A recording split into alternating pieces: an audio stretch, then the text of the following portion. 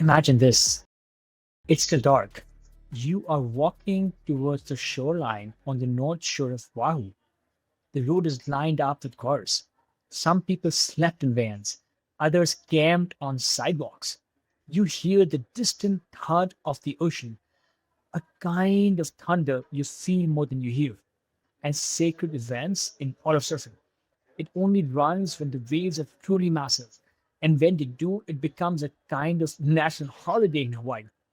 Surfers are invited based on scale, yes. And in the winter of 2023, Bianca Valenti became one of the few women in history to compete in it. Bianca is a professional big wave surfer. She's an entrepreneur, a coach, and a fierce advocate for what's possible, not just for women, but for anyone willing to learn, grow, and show up. In this conversation, we go deep. We talk about the near-death experience at Ocean Beach in San Francisco when he launched her big wave career. The 10-day raw milk cleanse she was in the middle of while we recorded, and her coaching work, including how she helped a 59-year-old rookie surf Mavericks for the first time. Bianca has spent decades learning how to dance with fear, how to reset her body and wow after setbacks. Her lessons about breathwork, mindset, aging well, and learning from failure, they are relevant to all of us. Odds face out. This one's for you. Bianca, super excited to have you. Like I said, I am also from San Francisco. I don't think we have met, but I also learned to surf at Ocean Beach, at Pacifica, some of those breaks. Yeah. So, and then what did you have for breakfast? I had some berries and a little sweet potato and a couple of turkey meatballs with like some chard and olive oil. Okay. That sounds like a different breakfast than I Yeah. usually have That's, people tell me about. yeah. I'm guessing, is this like a normal breakfast? No, no, no. This is part of this cleanse that I'm on. Yeah. Yeah. Do you mind if we talk about that for a second? Sure. I'm just on a cleanse to reset my gut and like get rid of parasites in my body. Okay. Was that medically advised, or is No, this something you're just no, doing no, proactively? no, no, no. My trainer recommended it because I noticed like a few months ago I started getting puffy and then I gained about like 10 pounds but I didn't necessarily earn it. And so I was like, what's going on? And he was like, oh, I've got this great parasite cleanse. So And when you say trainer, I'm guessing this is like your physical trainer and not yeah, like a. my coach, exactly. And have you ever done a cleanse before? No, I've never done a cleanse before. Yep. First time. Contemplating doing something on those lines for like longer than I care to admit. I haven't brought myself to do it. So, how was the experience? It's interesting because the first couple, first of all, I'll just say disclaimer is like this one's specifically prescribed for me, so I wouldn't suggest that anybody try it. And it's really important that you have a guide in this process. And it's probably a little different for each and every person. But so for me, for the first 10 days, all I consumed was raw goat milk and raw cow milk, and that was actually not super challenging. It had challenging moments, like finding raw goat milk is actually incredibly challenging, and the reason why raw goat milk is that it's the closest thing to mother's milk and it's the easiest thing for your body to digest. And so that part, the challenge, I'd have to go on like these scavenger hunts to find the milk, right? And because not a lot of places carry it. And then, it was also kind of easy because I didn't have to think about what I was eating, and then that is like also super good for your gut. So, and it's also really rich and fatty, and so that part actually was pretty easy. And that was for 10 days, and then I'm also on like a number of different supplements throughout the day as part of this, and then now I'm in the second phase, which is I'm still adjusting because I just got into the second phase like 2 days ago. And so this is like to reset your gut and cleanse parasites. And so now I can have most vegetables, but not potatoes. I could have sweet potato or yams.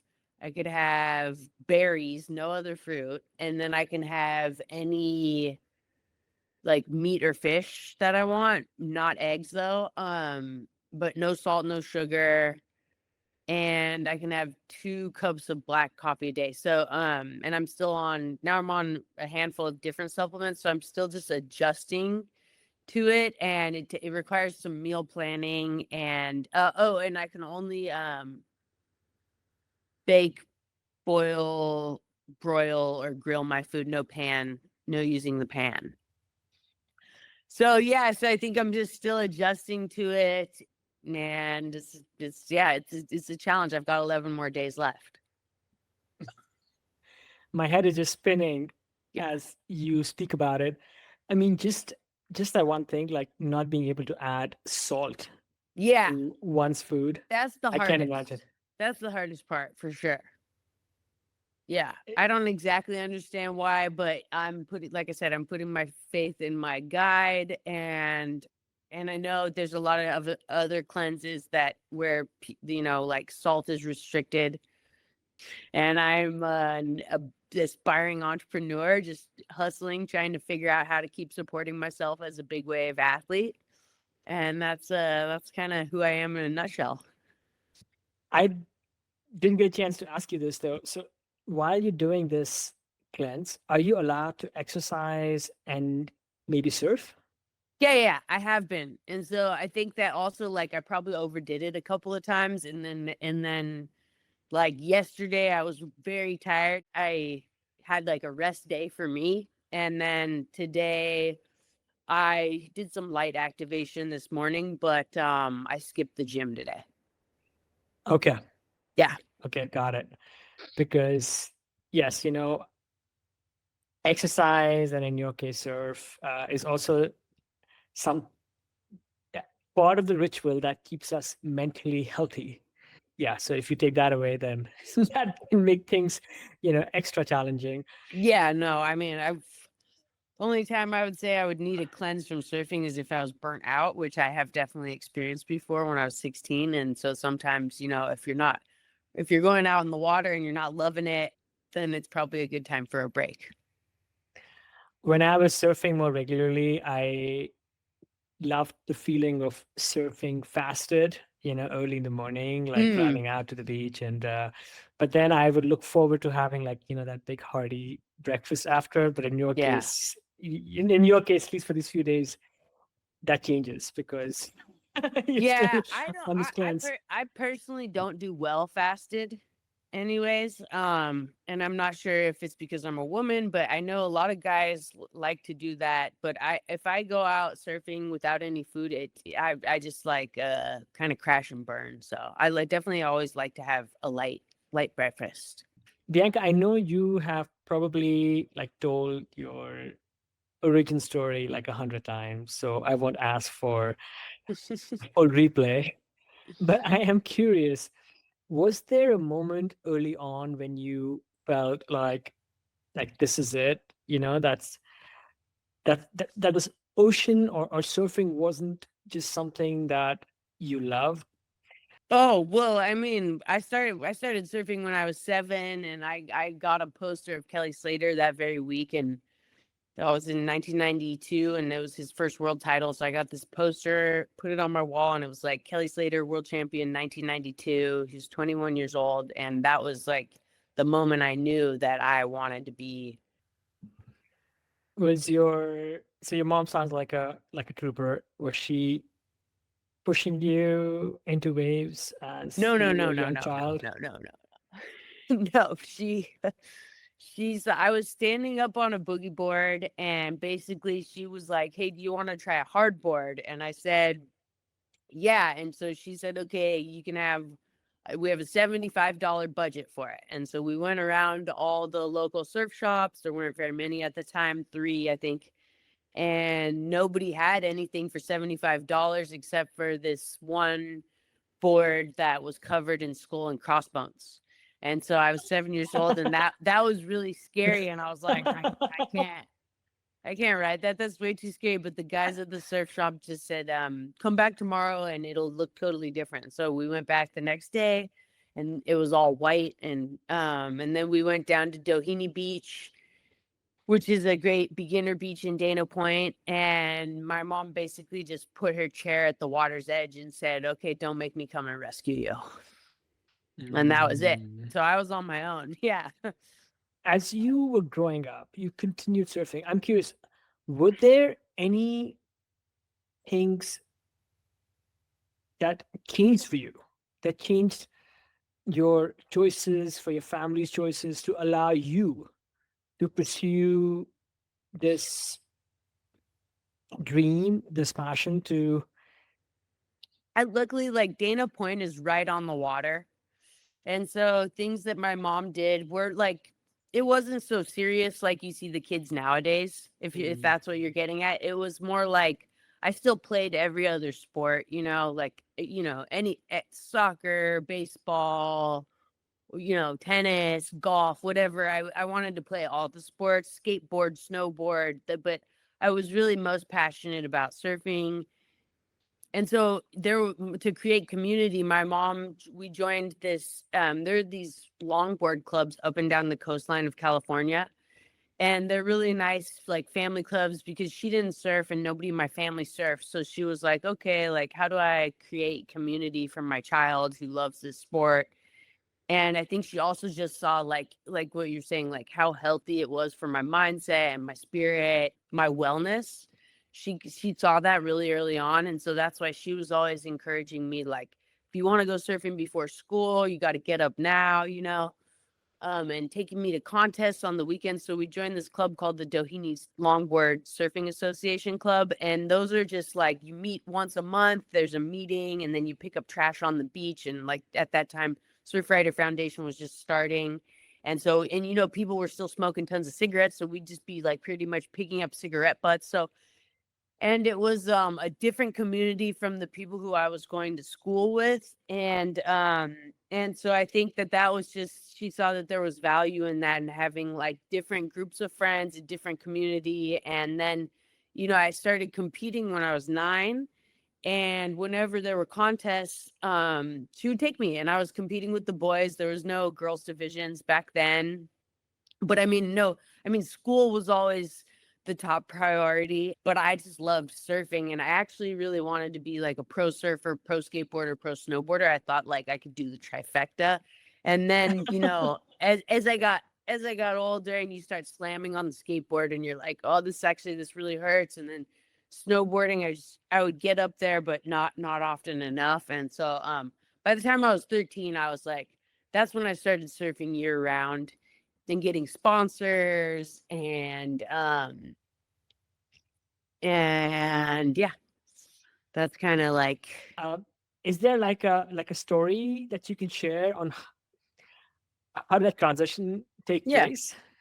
There's actually, I honestly think that everyone should start on a longboard, and that especially if you're struggling with technique, that's what you need to do, because when you ride a longboard, you learn how to engage the rail and use the tail and the nose, and that actually translates really, really well to surfing big waves, because in big waves, you ride big boards. So Did you actually like just stop surfing for a while? Like you dropped out of the door? yeah, yeah, like I realized that, I mean, first of all, back then, what sponsors wanted was they wanted you to have your pictures in the magazines and your clips in the videos.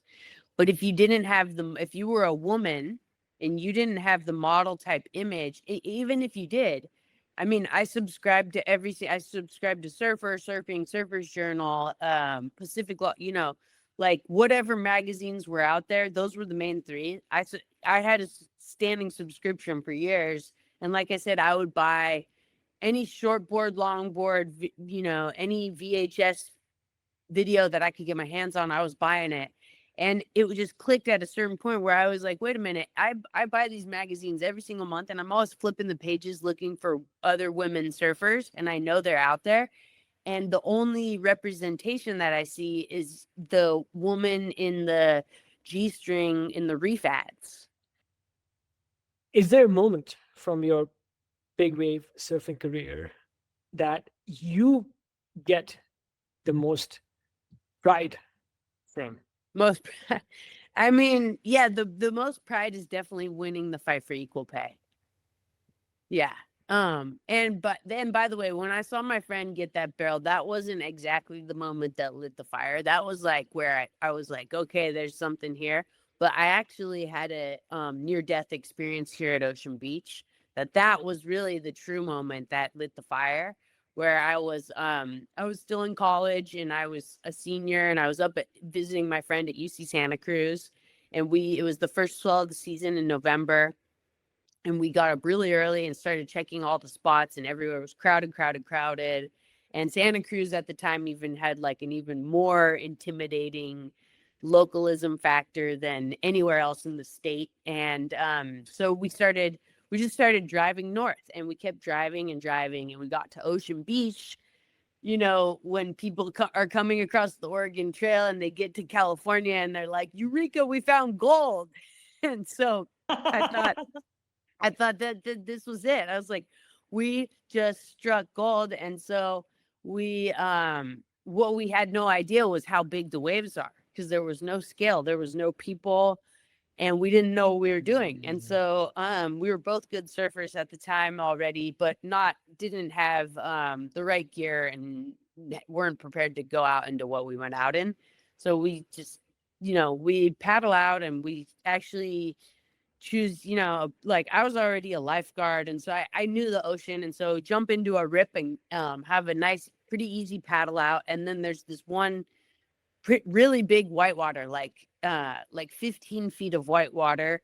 And I was like, wow, that's a pretty big whitewater duck dive. Go under that one. And then the next wave was just absolutely psychotic. It was like a two-story house, and it was just throwing out, like squaring off, and it was the biggest wave I had ever seen in my life, about to break 10 feet in front of me. And so I was going to have to absorb all the power of the wave. I wasn't able to just like get under it before that point. And so I looked at my friend, and he said, well, see you on the other side. And I thought, like, do I try to duck dive this wave, or do I bail my board? Because I've just got this comp light leash, which is like dental floss. But I don't know. Like, that was just how my mind worked. I was like, I see perfect waves, I want to try to surf them. And so yeah, that was the moment where I was just like, after that day, I never looked back. I was committed fully. And then yeah, it's been an epic ride, and a long ride, and a ton of hard work, and a steep learning curve, where kind of once again I just, same thing I did when I was a kid, like picked as many people's brains as I could, begged people to let me tag along in the beginning, and begged the first person who I got a gun from to surf Mavericks. I had to beg him to make me the board and promise him that I wouldn't die because I was a woman. Is there a moment that stands out, Bianca, where you were Oh, like, it's so this good. this was this was all that I dreamt of, maybe a particular wave, a particular contest, a particular day that you will cherish forever? I mean, there's so many, but I guess most recently, that's probably why I, still keep striving to do better and better, and I still believe that there's better waves out there. But I mean, just recently, just this December, I got to surf in the Eddie Aikau Invitational, and I mean, that was definitely like one of the best days of my life yet. And you get a moment's notice, so like they had to figure it out within 24 hours. And as an athlete, I was watching the swell 2 weeks ahead of time, and I just had a feeling that it was going to happen, so I made arrangements and just committed to going early to get acclimated. And so like the night before, just to give you an idea of what it looked like, is like the night before the event, as competitors, we are allowed to take down a vehicle and leave our gear inside of that. Can you can you help us for a second and just educate us? Yeah. What is Eddie Aikau and what is a special? One of the things I remember hearing about is I have a friend who's never surfed, but she grew up in Wahoo, Okay. and she spoke about she and her family, Yeah. you go family Yeah. watch it, and to see that from a sport which is still pretty niche, I was just so amazed because I was already surfing, but I'd not heard of Eddie Aikau. And so Mm, right after that conversation, I had to kind of go look it up. So yeah. yeah, please help us out and tell us about this thing. Yeah, so the North Shore is like the mecca of big wave surfing and of surfing. And so it's the home of the 7 Mile Miracle, and it has more surf spots and world-class surf spots than most places in the world in this 7 mile stretch of coastline. And so and every winter, all of these incredible spots come to life, and they're big and they're gnarly. And so Eddie Aikau was the first ever lifeguard on the North Shore, and he established the Hawaiian Water Safety and Hawaiian Lifeguard Association, and saved more than 500 lives in his time, and had this like what they call the rainbow warrior spirit. So he was in service of others, but he was also always out there pushing himself, pushing the limits, and seeing, exploring his own potential, and inspiring others to do the same. And so he went on the celestial navigation boat that the ancient Polynesians used to travel on, called the Hokulea. And the Hokulea would reenact some of their voyages. And so they go on these celestial missions where they're sailing from one place to the other just by navigating just by using the stars. And so it's an honor to the ancient Hawaiian heritage and culture. And on the Eddie passed on this mission because they went out into these kind of like on a stormy day. The Hokulea went out, set sea, and lost all communication and contacts, and so they could still see the island from afar. And Eddie said, you know what, I'm gonna paddle to the island and I'll get help for us. Eddie ended up getting lost at sea trying to get back. But the saying is Eddie would go with an ancient Hawaiian ritual of prayer, and the Ali'i come, the kingdom of Hawaii. And the people in the Ali'i are from the Hawaiian royalty, and so it's a very spiritual ceremony. And yeah, it's an incredible honor to even be invited to compete. And so the last time the Eddie ran, and the event doesn't run every single year because the requirements for the surf are so large. And I have been I was the first alternate the last time the Eddie ran, and I was and I was with the beach marshal, all day in my wetsuit, which is a competitors, being the first alternate's like probably more challenging than most challenging thing you can do. It's exhausting because you just need to be ready all day. It's like, to get invited, part of what gets you invited into the event is, you need to embody the spirit of Eddie, which is like the aloha spirit and the rainbow warrior spirit, and being in service of others, but also, charging hard when you get the opportunity on these big days. So this year, to get the invite as an official invitee was just like a dream come true, honestly. And then for the event to run, another dream come true. Tell us what's going through your mind and your body, Bianca, when your heat is about to start. Uh, Describe to us the sensations. You have done all the preparation, but until you actually get on that jet ski and get dropped off, it's not real. Yeah. Well, I think that's like one of the values of like being a veteran or a modern elder in the sport. I'm 39 now. Is that like I have a ton of experience. I have so much experience in events and in big waves. And so I think that that's like something that you don't have when you're younger is like being able to just stay centered and stay in balance. And, I have my morning routine and my activation dialed in. And so, I think I was just really present and just soaking it all in and ready. Like, if there's ever a time where you're going to send it and go for it, this is the time. You've got like the best Hawaiian Water Patrol looking out for you. You've got a crowd of 80,000 people watching. So, like, I was just like just ready to go and really, really filled with gratitude and very, very present and calm. Calmness is good. You don't want to like burn out your energy and be overly excited. Or and just entering with no expectations and making sure that you're maintaining that centeredness and that balance throughout your entire heat and throughout your experience. Because in big waves, if you're not centered and you're going for a wave, really bad things can happen. How was it that, yours was one of the first and maybe one of the loudest voices pushing for equal pay in baby surfing? One would think that this may have come from like Hawaii or different place. And if this was just an accident, and like maybe that was it, but I'm just wondering if there was something else to the story than the fact that you were out here fighting and maybe leading the fight along with others.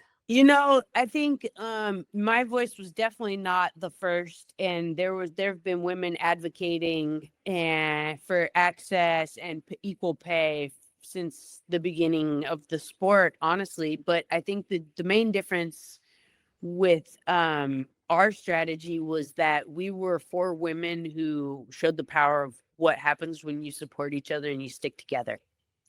And that was the real key difference. Was just now you had four women collectively using their voice together and then working with the state to make sure that we were heard. And California sets the precedent for so much throughout the United States. So I think that that's why it happened in California first, and then Hawaii followed suit, actually. Such an excellent point, Bianca, which is yes, individually you could be the loudest, but you wouldn't go that far. But Right. then you corral a team together. Mm-hmm. And maybe that's where your leadership skills shine Yeah. because you brought everybody together. Um, what did that process look like behind the scenes? I mean, it sounds from the outside sounds like maybe it was quite messy, because to me it seems like, you're competing within the WSL in so many ways, but now you're kind of challenging the WSL. Yeah. Well, honestly, actually, that was one of our advantages was we didn't have anything to lose. And so at the time when so what it looked like was like we surfed in that first event, and so first it was the Big Wave World Tour was separate from the WSL at the time, and the Mavericks event at the time was also run outside of the WSL and by different organizers. We just had this one very successful event in Oregon that was broadcast live, and we saw all of the incredible feedback in support of women. And and so it just kind of like in my mind, it was a no-brainer that they were going to say yes when I asked the event organizers at Mavericks. And in a way they did say yes, because what I did was I called in to Jeff Clark and the Cartel Management were on the radio on a show called Off the Lip Radio. That's like a local Santa Cruz. And so I called into the radio I was working at, I have a restaurant in Marin, and I was actually working, and I told the radio host that I was going to call in at 7 on the dot. And so I made sure everybody in the restaurant had like their, in my section had their drinks and food. And then I ran outside, like right next to the restaurant, called the radio, and they answer. And I asked Jeff Clark on the air, connected with my spirit and having that stoke and the aloha spirit. And because after also I did burn out after winning the fight for equal pay, like I had a lot of fatigue from that activism. And so yeah, I got help, and I started working with a spirit guide, and that has shaped a lot of my practices, my daily practices on staying connected and staying stoked.